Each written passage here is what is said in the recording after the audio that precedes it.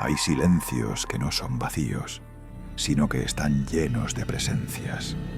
En la costa de Chile, donde el continente se hunde abruptamente en fosas abisales que parecen no tener fondo, los pescadores saben que hay profundidades que no pertenecen al hombre, lugares donde la presión aplastaría cualquier intento de lógica. Aquí comienza la historia de Héctor El Cacho Vera, un hombre de 55 años que creía que el archipiélago de Juan Fernández era su jardín privado. Héctor no era un hombre de miedos. Había sobrevivido a 3 marejadas que habrían hundido a capitanes más jóvenes y no le temía a las tormentas, sino a la falta de trabajo y al hambre de su familia. Pero todo eso cambió una noche de octubre, una noche donde el Pacífico decidió mostrarle su verdadero rostro. Navegaba en su lancha, la Marisela, una embarcación vieja pero fiel, buscando langosta cerca de los acantilados verticales de la isla Alejandro Selkirk. El mar estaba inusualmente plano, una sábana de mercurio negro que no emitía ni un solo murmullo. No había viento, no había aves marinas, solo el ronroneo rítmico del motor diésel. De pronto, el sonar, un equipo antiguo que rara vez fallaba, empezó a emitir un pitido frenético. Héctor miró la pantalla de fósforo verde. Marcaba una masa sólida a 200 metros, pero lo que le heló la sangre fue la velocidad. Aquello ascendía verticalmente, disparada hacia la superficie, como un proyectil que desafiaba todas las leyes de la física marina. Héctor se asomó por la borda, sosteniendo una linterna cuya luz parecía ser tragada por la densidad del agua. El mar empezó a burbujear, pero no era el burbujeo tibio de un escape de gas. Era una ebullición fría, una espuma blanca que desprendía un olor metálico, como a cobre recién cortado, mezclado con el hedor de algas milenarias que jamás habían visto la luz del sol. El motor de la Marisela tosió y se detuvo. Héctor quedó sumergido en un silencio tan absoluto que podía escuchar los latidos de su propio corazón golpeando contra sus costillas. Entonces, un sonido emergió de las profundidades. No fue un rugido ni un grito de animal. Fue una vibración que se sintió en la base del cráneo, una palabra articulada por una garganta de metal y agua. Vuelve. Héctor sintió que el aire se volvía denso, difícil de tragar. Bajo la quilla, una luz violácea comenzó a irradiar desde lo más profundo. Una luminiscencia que no iluminaba, sino que revelaba lo que no debería estar ahí. Vio sombras, sombras alargadas, manos de proporciones imposibles, con dedos que terminaban en filamentos translúcidos. No intentaban volcar el bote. Se movían con una curiosidad clínica, como si estuvieran midiendo la embarcación, estudiándola como un científico estudia a un insecto en una caja. Por 10 minutos, el tiempo dejó de existir. Héctor permaneció inmóvil, con la mano pegada al bordillo frío, sintiendo cómo esa inteligencia abisal lo escaneaba. La presión en sus oídos era insoportable, como si la fosa misma estuviera intentando succionarlo hacia abajo. De repente, la luz se apagó. El sonar dejó de pitar. El mar volvió a su calma sepulcral. Héctor volvió a puerto al amanecer. Sus compañeros no lo reconocieron al principio. Su cabello, negro hasta el día anterior, se había vuelto blanco como la espuma del mar. Nunca más volvió a encender el sonar ni a alejarse más de 1 milla de la costa. Hoy vive en el interior de Chile, en las montañas, lejos de cualquier masa de agua. Dice que bajo las islas no hay roca sólida, sino algo vivo, una criatura de dimensiones geológicas que está esperando que el hombre deje de observar el horizonte para finalmente reclamar la superficie. En el sur de Chile, la niebla no es solo un fenómeno climático, es un velo que separa 2 mundos. En los canales de Chiloé, la línea entre la mitología y la tragedia es tan delgada como una red de pesca vieja. Allí, los hombres saben que lo que se ve en la bruma no siempre es lo que parece. Esta es la experiencia de Tomás Miyakura, un buzo mariscador de Quellón. Tomás era la definición de un hombre rudo. Manos como garfios, piel curtida por el salitre y un escepticismo nacido de años de ver cadáveres de ballenas y restos de naufragios. Para él, el Caleuche era un cuento para asustar turistas. Pero una tarde de San Juan, el destino decidió darle una lección que lo dejaría marcado para siempre. Su embarcación quedó atrapada por una marea inusualmente baja en un canal estrecho, rodeado de bosques densos que bajaban hasta tocar el agua. Mientras esperaba que la marea subiera, una niebla amarillenta, pesada y con olor a azufre, comenzó a filtrarse desde el bosque hacia el canal.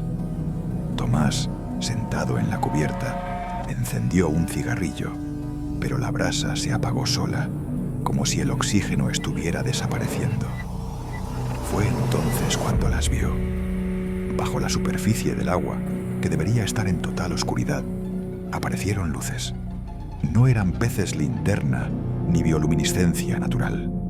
Eran esferas de un blanco quirúrgico, perfectamente circulares, que se movían en fila india. Lo más aterrador era su comportamiento. Se movían con una cadencia militar, una procesión silenciosa que pasaba justo por debajo de la quilla de su bote. Al pasar, Tomás sintió una presión física en el pecho, una náusea profunda que le nubló la vista. En un momento de locura o curiosidad, Tomás se inclinó sobre el agua. Una de las luces se detuvo. Ascendió lentamente hasta quedar a pocos centímetros de la superficie. No era una máquina. Lo que Tomás vio fue un rostro, o la sugerencia de uno. Era una superficie lisa de tejido luminiscente, sin ojos, sin boca, pero que emitía una sensación de observación absoluta. En su mente, Tomás empezó a escuchar voces. Eran voces de amigos que habían muerto en el mar, voces de su infancia, todas llamándolo por su nombre, pidiéndole que bajara, que el agua no estaba fría, que bajo el canal había ciudades de cristal donde el tiempo no existía. El impulso fue casi irresistible. Sus manos ya estaban en el borde, sus pies se despegaban de la cubierta. Una fuerza magnética lo atraía hacia esa luz blanca.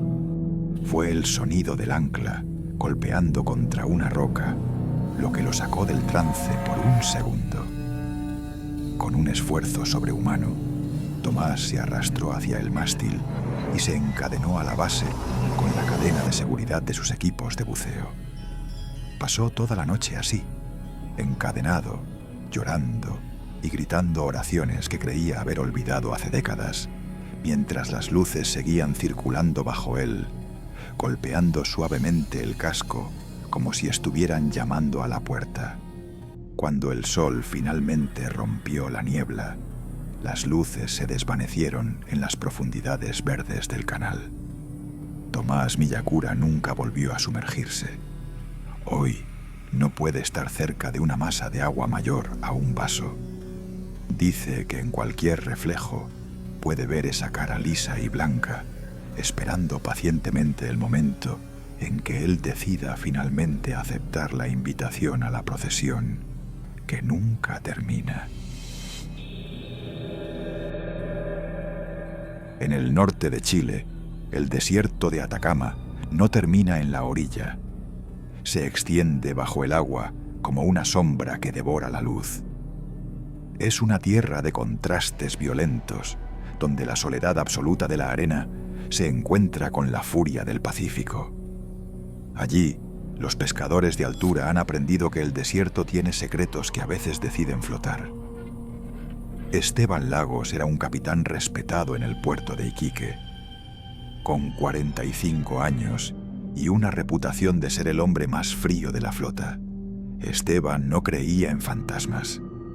Una noche, Mientras perseguían un banco de pez espada a 80 millas mar adentro, el radar de su moderna embarcación detectó algo que no debería estar ahí. Era una señal inmensa de casi 3 kilómetros de largo. No se movía como un barco. Permanecía estática en una zona donde la profundidad supera los 4.000 metros. Pensando que se trataba de un carguero averiado o una plataforma petrolera no registrada, Esteban ordenó acercarse. A medida que acortaban la distancia, la temperatura del aire empezó a subir. El frío cortante de la noche iquiqueña fue reemplazado por un calor seco, sofocante. El olor a salitre desapareció, siendo sustituido por un aroma a tierra vieja, a polvo de tumba y a piedra calentada por el sol del desierto. Era como si el desierto mismo se hubiera desplazado al medio del océano. Al estar a 500 metros, encendieron los focos de búsqueda. Lo que vieron no tenía sentido. No era un barco de metal. Era una columna de materia sólida, de un color ocre oscuro, que flotaba a ras del agua. Parecía una formación rocosa arrancada de la cordillera, pero su superficie estaba cubierta de inscripciones geométricas que parecían palpitar. No flotaba sobre el agua. El agua parecía evitar tocar la estructura, creando un vacío a su alrededor. De repente, la estructura emitió un sonido. No fue un rugido animal, fue un estruendo geológico, como si dos placas tectónicas estuvieran moliéndose una contra la otra. El barco de Esteban fue sacudido por una onda expansiva de aire caliente que lanzó a la tripulación contra los mamparos. El radar se derritió literalmente frente a sus ojos. Esteban, sosteniéndose del timón, vio cómo la masa empezaba a hundirse, no hacia abajo, sino hacia adentro, como si el espacio mismo se estuviera doblando para tragarla. Al amanecer, solo quedaba un mar extrañamente tibio y una fina capa de polvo rojo sobre la cubierta del barco. Esteban Lagos entregó su licencia esa misma semana. Se mudó a un pequeño pueblo en el interior de La Pampa, donde no hay agua en kilómetros a la redonda. Sin embargo, sus vecinos dicen que nunca duerme cuando hay viento fuerte. Esteban asegura que esa masa no era un objeto, sino una parte de algo mucho más grande que vive bajo el desierto y el mar. Algo que de vez en cuando necesita salir a la superficie para recordar que Chile no es más que una costra delgada sobre su lomo.